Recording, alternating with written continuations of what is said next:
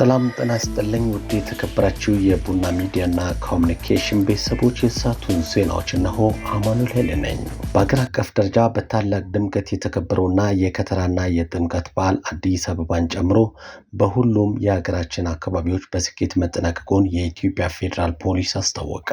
በዓሉ በስኬት እንዲጠናቀቅ ከሌሎች የጸጥታና ደህንነት አካላት ጋር በመቀናጀት በዘመናዊ ቴክኖሎጂ የታገዘ ሰፊ የሰው ኃይል በማሰማራት ተገቢውን የጸጥታ ስራ በማከናወን ኃላፊነቱን በሚገባ መወጣቱን የኢትዮጵያ ፌዴራል ፖሊስ ገልጿል። የተሰጣቸውን ሀገራዊ ተልዕኮ መሰረት በማድረግ የህዝቡን ሰላምና ደህንነት በማስቀደም ከተራ ጀምሮ በተለያዩ አካባቢዎች የተጠናከረ ጥበቃ በማከናወን በዓሉ በስኬት እንዲጠናቀቅ ኃላፊነታቸውን በብቃት ለተወጡ የጸጥታና ደህንነት ተቋማት አመራሮችና አባላት የላቀ ምስጋና አቅርበዋል።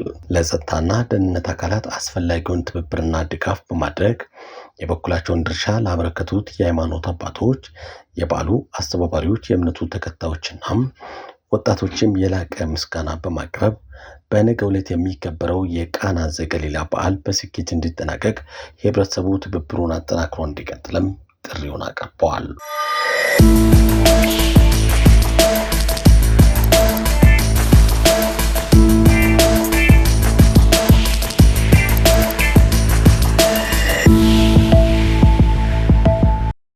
እኛ ታሪክ ካልሰራን ልጆቻችን በአያቶቻቸው የሚኮሩ በአባቶቻቸው የሚያፍሩ ይሆናሉ ሲሉ ምክትል ጠቅላይ ሚኒስትር ተመስገን ጥሩነህ ገለጹ።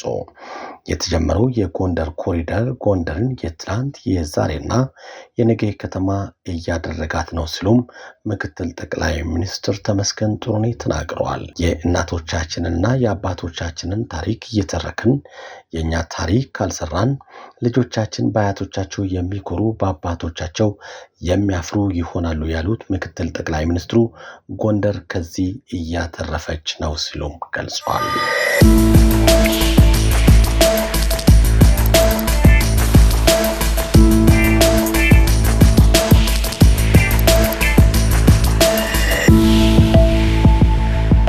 ከግማሽ ሚሊዮን በላይ የመንግስት የጤና ዘርፍ ባለሙያዎችንና ድጋፍ ሰራተኞችን ተጠቃሚ የሚያደርገው የማህበራዊ ጤና መድን ስርዓት ከጥር 1 ቀን 2018 ዓ.ም ጀምሮ ተግባራዊ እንደሚሆን የኢትዮጵያ ጤና መድን አገልግሎት አስታወቀ።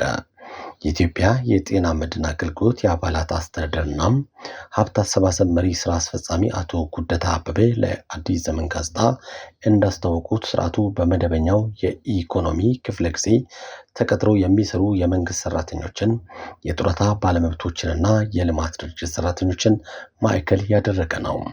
ይህ ስርዓት በአጠቃላይ ከኢትዮጵያ ሕዝብ 17 በመቶ የሚሆነውን የሚሸፍን ሲሆን በመጀመሪያው ምዕራፍ የጤናው ዘርፍ ሰራተኞችን ተጠቃሚ ለማድረግ ከመስከረም ወር ጀምሮ የዝግጅት ስራዎች ሲከናወኑ መቆየታቸውን ገልጸዋል።